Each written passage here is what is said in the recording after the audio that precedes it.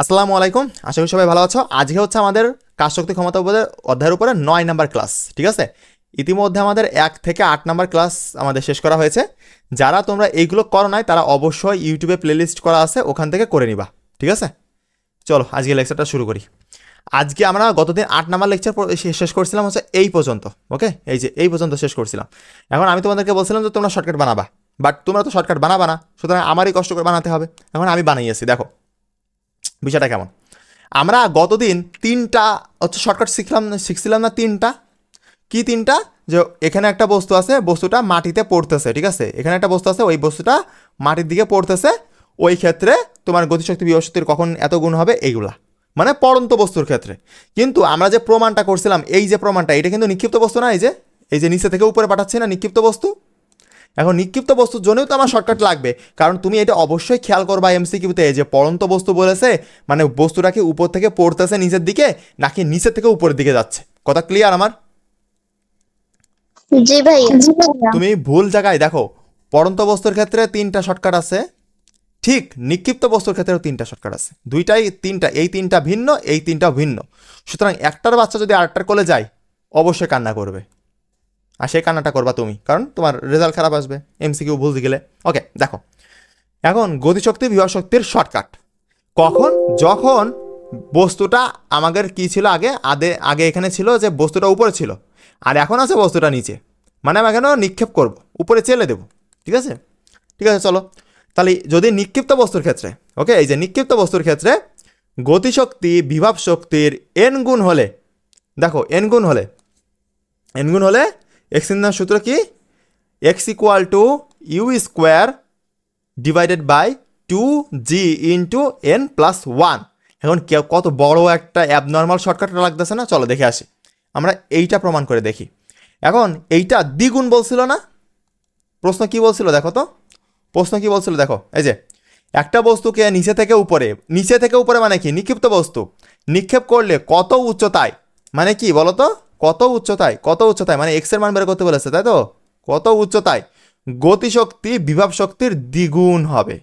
গতিশক্তি বিভব শক্তির কত হবে? এখানে এন এর মান কত বলো তো? 2। এন এর মান হচ্ছে 2। তাহলে এবং এটা কি পড়ন্ত বস্তু নাকি নিক্ষিপ্ত বস্তু বলো তো? অবশ্যই নিক্ষেপ করা হয়েছে, এই জন্য নিক্ষিপ্ত বস্তু। ঠিক আছে, অবশ্যই খেয়াল রাখবা। তাহলে এবার সূত্র কি দাঁড়াবে বলো তো? শর্টকাট এক্স ইকুয়াল টু কি দাঁড়াবে বলো? U square divided by 2g into N plus 1। ঠিক আছে, এবার মান পাতাও, এই জায়গায় মানটা পাতালে কি আসে দেখো তো? উপরে ইউ স্কোয়ারই থাকুক, কোনো সমস্যা নেই, ইউনিট টানাটানি করবে না। ঠিক আছে, এবার নিচে 2g ইন্টু এই এন এর মান কত বলো? 2 প্লাস 1 কত হয়? এইবার তুমি নিচের দিকে দাঁড়াও, এইবার তাহলে আমি উপরের দিকে এখানে করে দিই। ঠিক আছে, এবার দেখো তাহলে কি আসতেছে? উপরে আমি ইউ স্কোয়ার রাখলাম, নিচে কত আসে? এখানে হচ্ছে 3, তাই তো?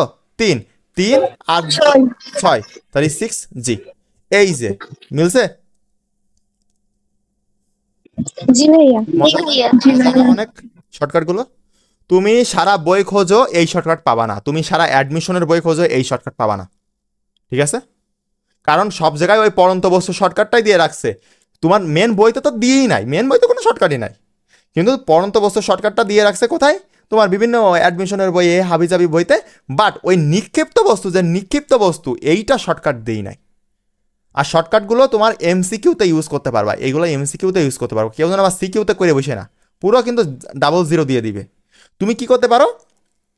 তুমি এই যে শর্টকাটটা দিয়ে তোমার উত্তরটা মিলছে কিনা এইটা চেক করতে পারো সিকিউতে। ঠিক আছে, আর এমসিকিউতে তো ঠাড়া মারি দিয়ে আসা কোনো ব্যাপারই না। কথা ক্লিয়ার? জি ভাইয়া। ওকে, তাহলে দেখো এখানে, তাহলে সেম টু সেমে দেখো, গতিশক্তি বিভব শক্তির এন গুণ হলে সূত্র হচ্ছে এইটা। তারপরে বিভব শক্তি গতিশক্তির এন গুণ হলে জাস্ট এন গুণ করে দিবা, মানে সেম টু সেম সূত্র। এই সূত্রটা আর এই সূত্রটা শুধু সেম, শুধু কি আগেরটা মানে আগেরটার সাথে সিমিলার একেবারে। আগেরটা কি ছিল বলো তো? N H divided by N plus 1 না? এই যে বিভব শক্তি গতিশক্তির এন গুণ হলে। আর এখন সেইটার পরিবর্তে আমি কি লিখতেছি? সেটার পরিবর্তে জাস্ট ওই যে আগে যে সূত্রটা ছিল সেইটাই, শুধু এনটা গুণ করে দিয়েছি উপরে, তাছাড়া কিচ্ছু না। গেল। তারপরে গতিশক্তি বিভব শক্তির সমান হলে তো অর্ধেক ভাই, যদি এখানে থাকে এখানে, তাহলে তো অর্ধেক না, ওটা নিয়ে কোনো চেঞ্জ হয় না, গেল। এইবার স্মরণের ক্ষেত্রে তুমি একটা জিনিস দেখো, এখন এই ক্ষেত্রে আরেকটা প্রশ্ন করতে পারে, মানে যদি তোমার এক্স দেওয়া থাকে বা এক্স বের করে নিয়ে তোমাকে বললো যে বস্তুটা এই জায়গায় নিয়ে যেতে, এইটুকু পথ এক্স পরিমাণ না, আর এইটুকু পথ কি এইচ মাইনাস এক্স পরিমাণ না, তোমাকে বলবে যে এক্স পরিমাণ স্মরণ ঘটাতে প্রয়োজনীয় সময় কত, টি কত, টি, তখন কি বলো তো সূত্র, T equal to root over of 2x divided by G, তাহলে টু, এই যে এক্স এর মান এখান থেকে বের হবে, এখান থেকে বের হবে, এখান থেকে বের হবে, বুঝিছো? বুঝতে জি পারছো? ভাইয়া। আরেকবার বলেন না, আরেকবার বলেন। বুঝিনি। ওকে ওকে আমি বলতেছি, দেখো তোমাকে বললাম যে বস্তুটা এই জায়গায় নিয়ে যেতে হবে, তাহলে এই পথটুকুর পরিমাণ কত, এক্স পরিমাণ না, জি ধরে নিছি। ভাইয়া। আর এই উপরেরটুকু পথ পরিমাণ কত, টোটাল এইচ থেকে আমরা এক্স বাদ দিব না, এই টোটালটা থেকে এইটা বাদ দিলাম, কথা ক্লিয়ার এই পর্যন্ত ঠিক আছে? জি ভাইয়া। এখন তোমাকে প্রশ্ন উল্টো চাইতে পারে যে তুমি যে এই যে এক্স পরিমাণ এই যে এ নামক বিন্দুতে নিয়ে যাবা, নিয়ে যাইতে তোমার স্মরণ ধরো এক্স হচ্ছে, সমস্যা নেই, তোমার সময় কত লাগতেছে, কত সেকেন্ড সময় লাগতেছে, তখন তুমি এই টি ইকুয়াল টু এই সূত্রটা ব্যবহার করবা, T equal to root over of 2x divided by G. আর এক্স এর মান যদি দেওয়া থাকে তাহলে আলহামদুলিল্লাহ, আর যদি দেওয়া না থাকে তাহলে কি করবা, এই যে এখান থেকে বের করবা, এখান থেকে বের করবা, এখান থেকে বের করবা, মানে যেটা বলবে। যদি বলতো যে গতিশক্তি বিভব শক্তির এন গুণ হলে তোমার সময় কত, বলো, গতিশক্তি বিভব শক্তির এন গুণ মানে 10 গুণ হলে, তোমাকে বললো যে গতিশক্তি বিভব শক্তির এই যে 10 গুণ হলে তোমার এক্স পরিমাণ স্মরণ ঘটাতে তোমার সময় কত লাগবে বলো, তখন কি সূত্র ব্যবহার করবা, T equal to root over of 2x divided by G, কথা ক্লিয়ার? জি ভাইয়া। এগুলো সব এমসিকিউতে আসে, যত রকমের এমসিকিউ আসে ভাই আমি তোমাদেরকে সব কিছুই ফ্রিতে শেখাচ্ছি, এখন তোমরা যদি ক্লাসটা না করো ভাই তোমাদের লস, তাছাড়া কিচ্ছুই না, ঠিক আছে? জাস্ট তোমাদের লস, তাছাড়া কিছুই না। এই শর্টকাট তুমি যত পেইড কোর্সে যাও কেউ তোমাকে দেখে শেখাবে না, তুমি যাই দেখে আসতে পারো। ওকে, এখন আজকের টপিকে আসি। অবশ্যই এই টপিকটা তোমাদের বাচ্চাকালের টপিক, তারপরেও এসএসসি লেভেলের জিনিস আলোচনা করতেছি। ওকে, সবার কি চেনা পরিচিত? গত দিনেরই আলোচনা, বাট একটু অ্যাডভান্স লেভেলে। দেখো এখানে বস্তুটা আছে, এখানে গেছে, এখানে গেছে, এ অবস্থান, বি অবস্থান, সি অবস্থান, তোমাকে বলবে যে তোমার যান্ত্রিক শক্তিতে নিত্যতা ফলো করতেছে কিনা, বা বলবে যে এ বি বিন্দুতে গতিশক্তি বিভব শক্তি মোট শক্তি কত, বা গতিশক্তি বিভব শক্তি চাইতে পারে, বা এ বিন্দুতে চাইতে পারে, সি বিন্দুতে চাইতে পারে, এরকম অঙ্ক করে আসছো না এসএসসিতে? জি ভাইয়া। ঠিক সেম টু সেম জিনিস, বাট আমি একটু শর্ট করে একেবারে দেখো তোমার একেবারে হচ্ছে কবুতরে খোপ খোপ করে দেখাই দিছি, একেবারে কবুতরের খোপ। ওকে, কবুতরের খোপ, পায়রার খোপ, একেবারে পায়রার খোপ করে আমি দেখাই দিছি, তিনটা সিস্টেম আছে, তিনটাই ফলো দেখবা। এখন টোটাল উচ্চতা এইচ, ভালো কথা, একেবারে উপরে এ আছে, মাঝের নিচে একটু বি আছে, আর একেবারে নিচে সি আছে। ওকে, এইবার বিষয়টা দেখো, যখন সম্পূর্ণ মানে একেবারে হাইয়েস্ট অবস্থানে, মানে পাহাড়ের মাথায় ধরো, সাপোজ পাহাড়ের মাথায়, তখন গতিশক্তি কত হবে, গতিশক্তি হবে 0, কারণ কি এখানে বেগটা শূন্য হয়ে যাবে, ভি শূন্য হয়ে যাবে, আদি বেগ না, ভি ইকুয়াল টু শূন্য হবে। কারণটা কি, ওর বেগ শূন্য হবে বলে তো নিচে পড়া শুরু করবে, তাই না? ও ধরো একটা বস্তু এখান থেকে চেলে দিছি, এইভাবে উঠেছে উপরে, ঠিক আছে, কখন বিষয়টা আবার নিচের দিকে পড়ে বলো তো, যখন এখানে ওর বেগটা শূন্য হয়ে যায়, যখন ওর বেগ আর থাকে না, মানে আর ফোর্স পাচ্ছে না উপরে যাওয়ার জন্য, তখন তো ওর নিচের দিকে ফেরত আসে, বুঝতে পারছো? তাহলে বেগ শূন্য। এখন তুমি গতিশক্তির সূত্র কি জানো, হাফ এম ভি স্কোয়ার, এখন তুমি হাফ পাতাও ইন্টু এম পাতাইলা ইন্টু এই বেগের মান কত বলো তো, এই অবস্থানে শূন্য, তাহলে শূন্য দাও, তাহলে উত্তর কত আসবে, শূন্য জুল, টোটালটা শূন্য, এই আর কি। এই জন্য বলা হয়েছে যে এই এ অবস্থান মানে সর্বাধিক উচ্চতায় গতিশক্তি 0, কারণ সর্বোচ্চ উচ্চতায় এই যে বেগ শূন্য, মানে কারণটাও আমি লিখে দিছি, মানে যতটা সহজ করে আমার বইটা লেখা যায় এর থেকে সহজ করে লেখা সম্ভব না। আমার পড়ানো কি কঠিন মনে হয় তোমাদের কাছে? না ভাইয়া। ইনশাল্লাহ কঠিন মনে হওয়ার কথা না, কারণ আমি যতটুকু পারি একেবারে সহজ করে বোঝানোর চেষ্টা করি তোমাদেরকে। ভাইয়া যেটা কঠিন মনে হয় ওইটা আবার জিজ্ঞেস করি আর কি। অবশ্যই অবশ্যই, কোনো সমস্যা নেই, 1000 বার জিজ্ঞেস করবা, কোনো সমস্যা নেই। ওকে, এইবার বি অবস্থানে, এখন এখান থেকে সাপোজ চাইলে দিচ্ছিলাম বা যে কোনো একটা অবস্থানে ফেরত আসতেছে এখন বি অবস্থানে। এখন এই অবস্থানে একটা জিনিস দেখো, ও সরি এখানে একটা অবস্থান থেকে গেছে, বিভব শক্তিটা আলোচনা করি। এখানে কিন্তু বিভব শক্তি আছে, অবশ্যই বিভব শক্তি আছে, কারণ কি ওখানে ভি জিরো হচ্ছে, বাট এইচ কি কখনো জিরো হচ্ছে? এইচ তো জিরো হচ্ছে না। বিভব শক্তি কিসের উপর নির্ভর করে বলো তো? এই এম জি এইচ অবশ্যই উচ্চতার উপর ডিপেন্ডেন্ট, উচ্চতার উপর ডিপেন্ডেবল, ঠিক আছে? তাহলে উচ্চতা তো এখানে শূন্য হচ্ছে না, কারণ এখানে তো টোটাল উচ্চতা আছে, মানে টোটাল উচ্চতা না, এই উচ্চতাটা না, তাহলে তো অবশ্যই এখানে বিভব শক্তি আছে। এই যে বিভব শক্তি নির্ণয় সূত্র কি, দা ইপি ইকুয়াল টু এমজিএইচ। তাহলে আমরা একটা জিনিস জানতে পারলাম যে সর্বোচ্চ উচ্চতায় বেগ শূন্য, এই জন্য গতিশক্তি শূন্য, আর সর্বোচ্চ উচ্চতায় বিভব শক্তি সর্বোচ্চ হয়, মানে এখানে ইপি ম্যাক্স।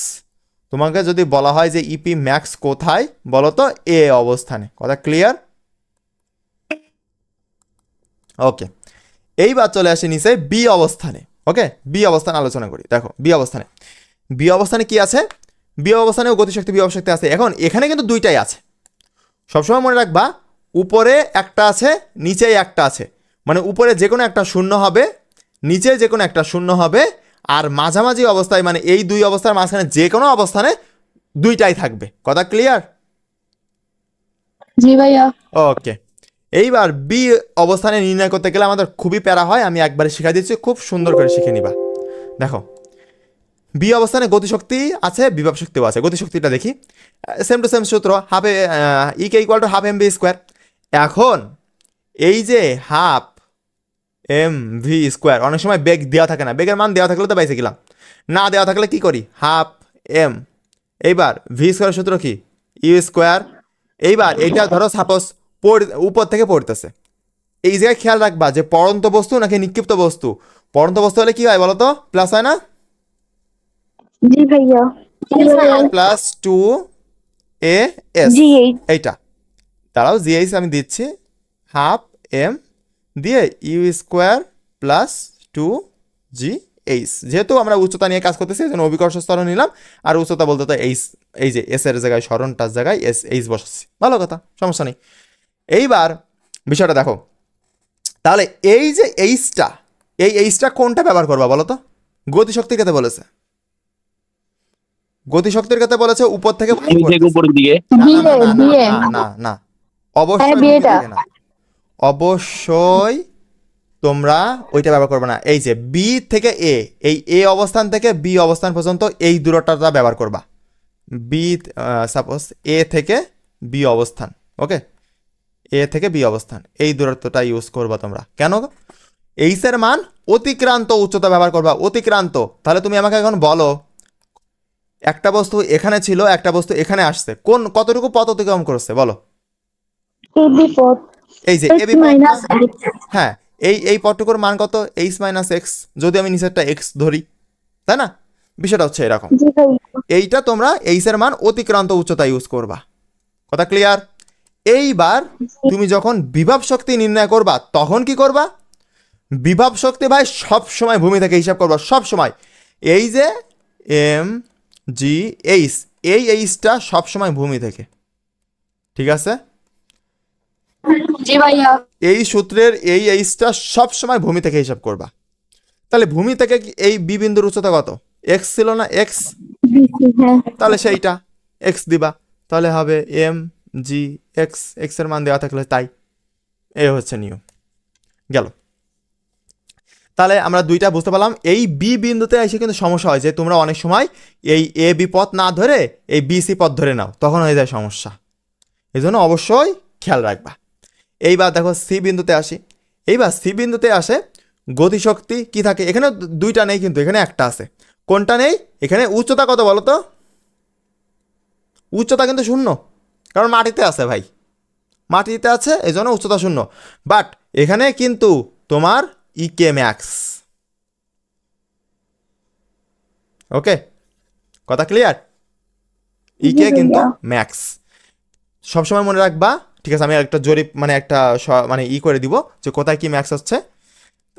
এখানে দেখো, এখানে কি ইপি ম্যাক্স, ইপি ম্যাক্স, আর ইকে কত? শূন্য। আর এখানে ইকে ম্যাক্স শূন্য হবে কি বলতো?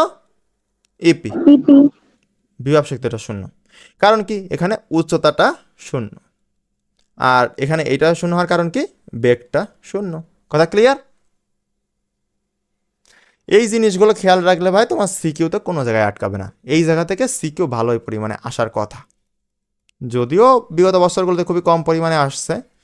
কালকে যেটা করাবো ওইটা থেকেই সিকিউ আসবেই আসবে, 99% শিওর থাকো। ঠিক আছে? তোমাদের 10 নম্বর লেকচারে যেটা হবে ওইটা থেকে আসবেই আসবে। ঠিক আছে? আর বস্তুর উপরের থেকে নিচে নামলে কি হয়? প্লাস হয়।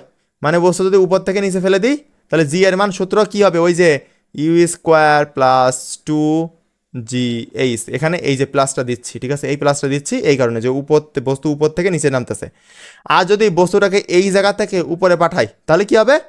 মাইনাস, মানে ইউ স্কোয়ার মাইনাস 2GH। এই জিনিসটাও কিন্তু খেয়াল রাখবা, এই মাইনাসে প্লাসে কিন্তু পুরো অঙ্ক উল্টায় পাল্টাই দিবে। যদি তোমার টার্নিং পয়েন্ট এইগুলা, তোমার টিচাররা কি তোমার মনে হয় যে টিচাররা লাইন বাই লাইন পড়ে দেখে? টিচাররা জানে যে কোন জায়গায় পোলাপান ভুল করবে, স্যাররা ওই জায়গায় চোখ দেয়। ঠিক আছে? যদি ওখানে ভুল করো তাহলে তো এখানে যদি তুমি মাইনাসের জায়গায় কোনো রকম প্লাস দাও, উত্তর কি সেম আসবে জীবনেও? বলো। না ভাইয়া। তাহলে ছাত্র যেই দেখবে সেই ক্রস ক্রস ক্রস, শেষ, একদম কাটা, একেবারে কাটা। ও তো আর স্যার দেখতে যাবে না যে তোমার উত্তর মিলেছে কিনা। ওকে, যদিও তোমার হচ্ছে বোর্ড পরীক্ষায় ডাইরেক্ট এভাবে কাটে না, কিন্তু তারপরেও তোমার এখন পার্শিয়ালি মার্ক দেয় কিন্তু।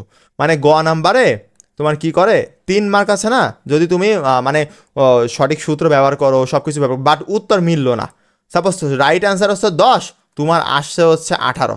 ঠিক আছে? সব কিছু ঠিক আছে সূত্র, তোমার এই 3-এর মধ্যে 2 দিবে। ঠিক আছে?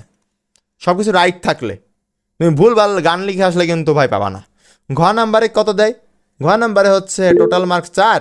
তোমার যদি এরকম যে তোমার অ্যান্সার আসছে হচ্ছে 10 বাট সঠিক অ্যান্সার ছিল 18, তোমার অ্যান্সার আসছে 10, তাহলে তোমার সব কিছু ঠিক থাকলে তুমি এখানে 3 বা 2 পাবা, কোনো ব্যাপার না, পার্শিয়ালি মার্ক থাকে। বাট যদি না দেয়, এটা তো দিতেও পারে নাও দিতে পারে, স্যারের ইচ্ছা, তাই না?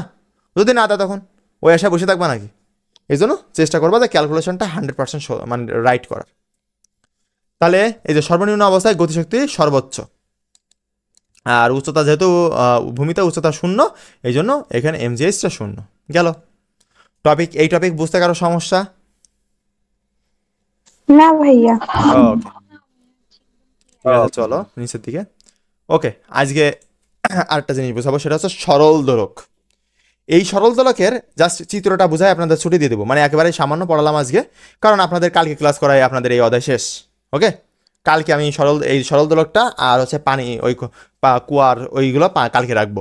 কালকে হয়তো আপনাদের ক্লাসটা একটু বড় হতে পারে, 2 ঘন্টা মতো হইতে পারে। ঠিক আছে? সবাই সেই হিসেবে প্রিপারেশন নিয়ে আসবেন। আর সম্ভব হলে আমি একটু আগে আগে স্টার্ট করার চেষ্টা করব।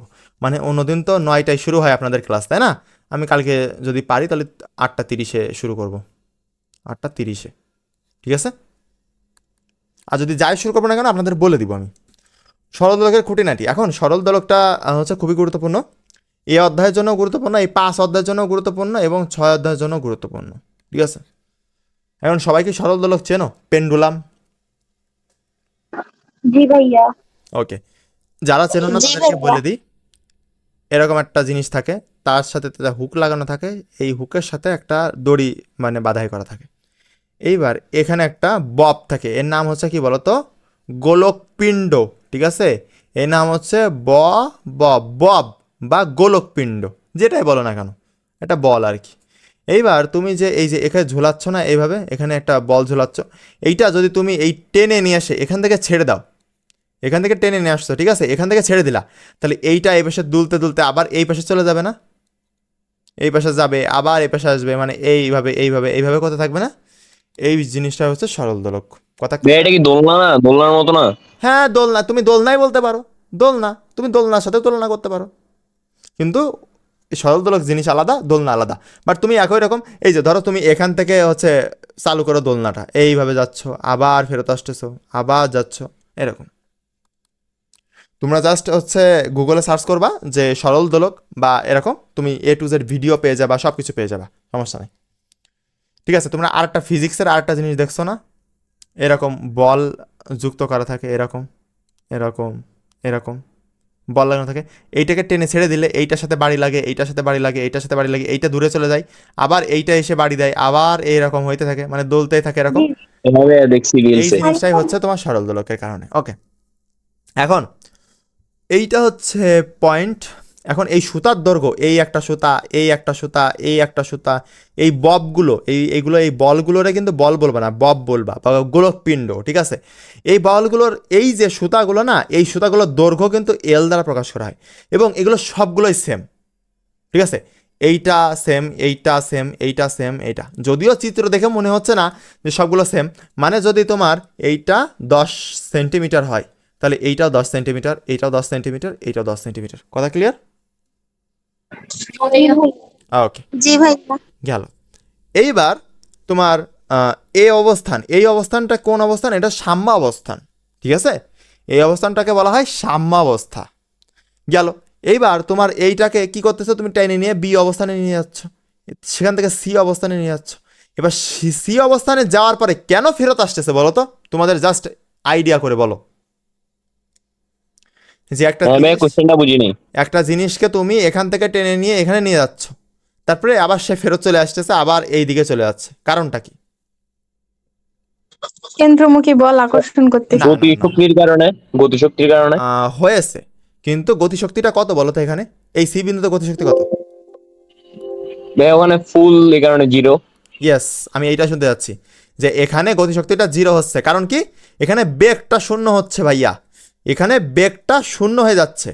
সি বিন্দুতে যে আর বেগ নাই যে আরো উপরে যাবে, নয়তো সে এখানেও চলে যেত না, এখানেও তো চলে যেত। হ্যাঁ ভাইয়া।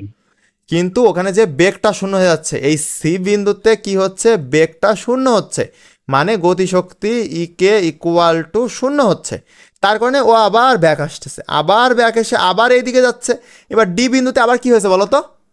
শূন্য হয়ে যাচ্ছে গতিশক্তি। আবার ইকে শূন্য হচ্ছে, শূন্য আবার ব্যাক যাচ্ছে, এভাবে চলতে থাকে, আস্তে আস্তে থেমে যায়। আবার যদি তুমি বাতাসের বাধা উপেক্ষা করো তাহলে থামেই না, সারা জীবনে নয় চলতে থাকবে। এখন বিষয়টা দেখো যে এই বি অবস্থানে কি কিছু শূন্য হচ্ছে?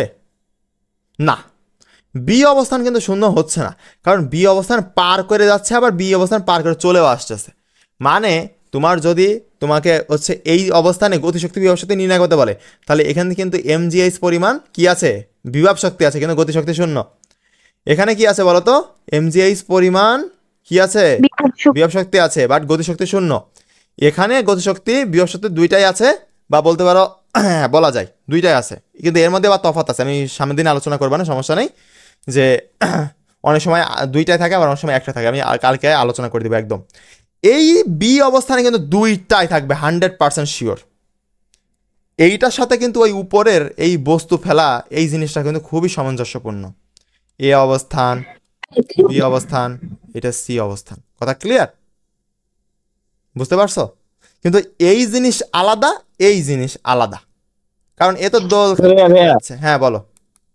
এই অবস্থানে এইচ ইকুয়াল টু 0 হবে না তো? ওখানে তো বিভব শক্তি থাকার কথা না। আমি বললাম যে এটা কালকে আলোচনা করব, এই যে কারণ এখানে আরো কথা আছে, ঠিক আছে? এই জন্য কালকের জন্য রেখে দিলাম। ওকে ভাই, ওকে ভাই। এইটার সূত্র, এর আবার ডাব্লু কৃত কাজ নির্ণয় করতে হয়, অনেকগুলো সূত্র আছে, ওইগুলো দেখাবো।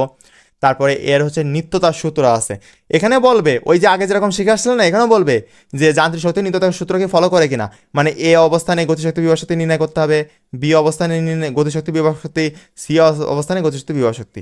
এটা কি এর আগে তিনটার মতো করতে হবে? না না না, হ্যাঁ আগের তিনটার মতো করতে হবে, বাট এখানে কিছু তফাৎ আছে। ওইটার সাথে কোনোভাবে ঘুলাবা না, কোনোভাবে ঘুলাবা না ওইটার সাথে কোনোভাবে ঘুলাবা না, তাহলে হচ্ছে। কথা ক্লিয়ার?